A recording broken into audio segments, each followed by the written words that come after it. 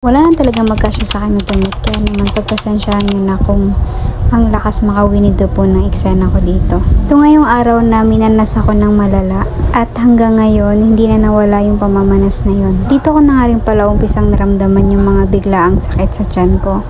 Para malibang, in-unbox ko na nga lang itong mga parcel na dumating. Nararamdaman ko kasi na may iipunan talaga ako ng parcel, gawa nga na nag-unti-unti na kami para sa nesting ng twins. Tuesday itong nag-unbox ako ng mga parcel, tapos kinabukasan Wednesday, pumasok ako ng trabaho, which is kahapon nga siya. Tapos hindi na talaga ako komportable nung nagtatrabaho ako. Kaya naman dali-dali kong inaya si doormate na samahan ako magpa-check up. Gawa nga na hindi na talaga mapakali ang buntis na ito magmula nung ako ay minanas, hindi na siya nawala. Tapos may mga sudden pain na nga rin.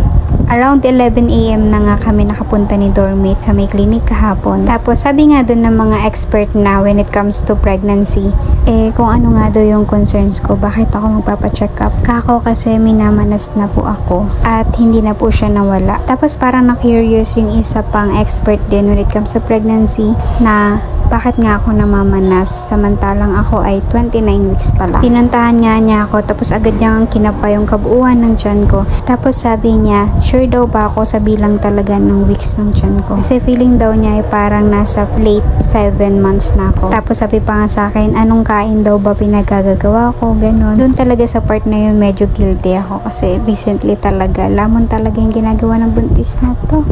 At dahil curious na siya, kinuha niya pa yung records ko sa pagpapacheck up. Tapos narevisan niya yun. Nung sinauli niya na yung records ko, sabi niya nga sa akin, malaki daw talaga yung tiyan ko.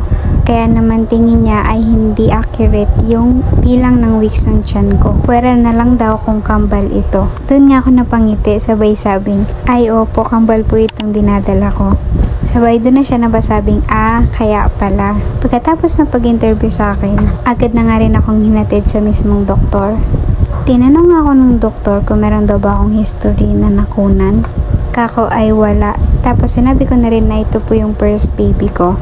May tatlo nga siyang sinabi about sa may concern ko sa pamamanas. Pero bago yun, sinabi niya muna sa akin na ang pamamanas ay related talaga sa pagbubuntis. Pero ang ibig sabihin daw ng pamamanas sa pagbubuntis ay danger. Hindi ko talaga makakalimutan yung term niya na yun. Kaya nga daw kadalasan ay nag-occur talaga yung pamamanas sa huling buwan mo ng pagbubuntis or sa ika 9 months. About naman doon sa may 3 possible na mangyari dahil sa pamamanas ko at 29 weeks. Una, maaaring sign daw ito ng maagang panganganak. Kaya naman daw be ready na ma-CS. Pangalawa, maaaring may kinalaman daw sa mga organs ko sa loob ng tiyan o pwedeng sa atay, sa liver, at kung saan pa. Kaya naman binigyan na rin niya ako ng request form para sa ihi at dugo. Tapos yung pang last and worst, maaari daw magka-eclampsia na agad ko nga rin tinanong kung ano yun. Sabi nga nung doktor sa akin na yun daw yung hypertension or high blood pressure kung saan parang sasabog yung dugo sa loob ng tiyan mo na pwede mong ikapahamak as pregnant mom at ganoon na din sa baby na dinadala mo.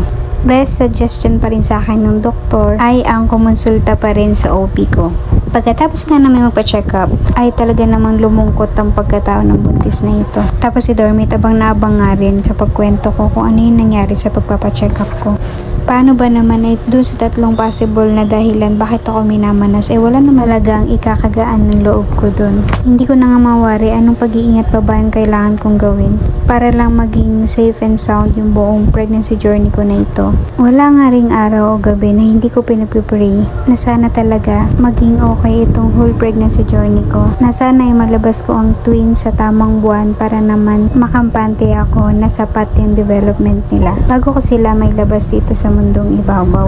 Madalas ko nga rin kausapin yung kambal, though alam ko na hindi naman sila magre-response, pero gusto ko lang yung gawin para malaman nila na andito lang ako for them at sobrang excited na akong makasama sila. Tunay ngang hindi madali pero alam ko lahat ito ay worth it. O siya, salamat sa panonood.